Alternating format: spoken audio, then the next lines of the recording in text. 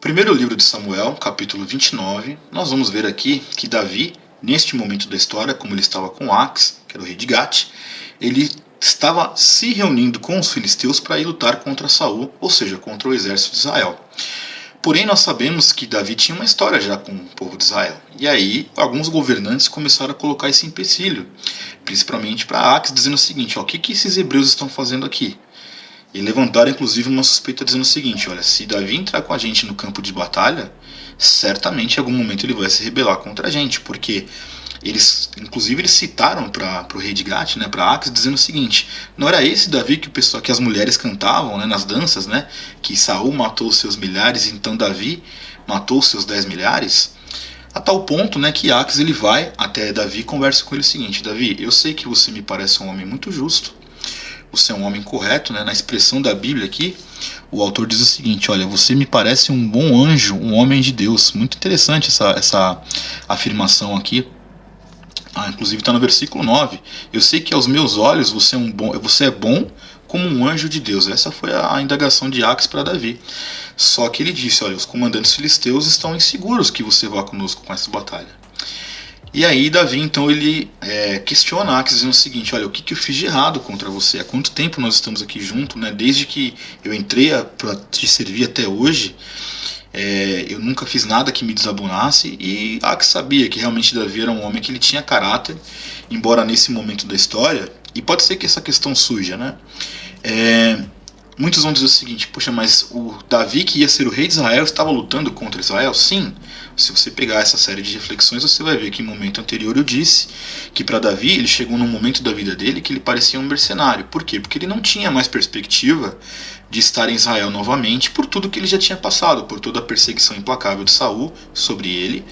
E aqui era um momento em que os exércitos dos filisteus iriam diretamente contra Saul, e que para a vista de algumas pessoas faria todo sentido que Davi tomasse então esse reino com força. Mas eu vejo claramente aqui, embora também esse seja um ponto de bastante discussão teológica, que o próprio Deus aqui providenciou que isso acontecesse. Por quê? Para que Davi depois não fosse acusado de ter tomado esse reino à força, ou que ele não fosse acusado de lutar contra o próprio povo de Israel, enfim. Então Deus aqui também estava preservando Davi e colocando ele numa situação dessa de desconforto. Quando a gente olha no primeiro momento, e é uma pergunta que já me fizeram: nossa, mas Davi nunca vai ter descanso, porque, poxa, foi perseguido por Saul, já não tinha mais perspectiva de estar ali em Israel com o povo dele, encontra um abrigo lá com Ax, de repente ele pode servir Ax, ele pode lutar contra aquele que estava fazendo mal a ele, e nem no próprio lado que ele estava tendo acolhimento. Sim, e isso é importante que você reflita, porque às vezes na vida é assim também.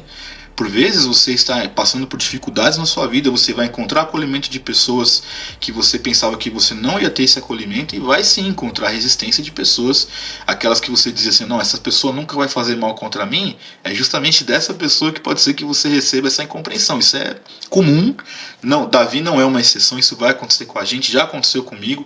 Pode ser que aconteça de novo, vai acontecer com você. Não estou aqui de novo profetizando besteiras para você, não, mas é uma constatação que na nossa caminhada cristã ela se faz dessas decepções e dessas realidades, ok?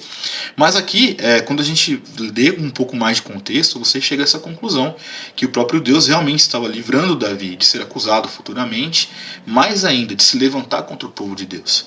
Por mais que a situação fosse difícil, e por mais que esses longos anos aí de perseguição, toda essa história de Davi que nós estamos lendo, discutindo, falando de episódios específicos, isso tenha marcado Davi de forma muito severa, ele estava aqui ainda sendo cuidado, direcionado por Deus e sendo livrado pela providência de Deus também. Então, com essa resistência, quando a gente lê esse capítulo 29, desses governantes dos filisteus, Davi então ele foi liberado, então ele não foi para essa batalha.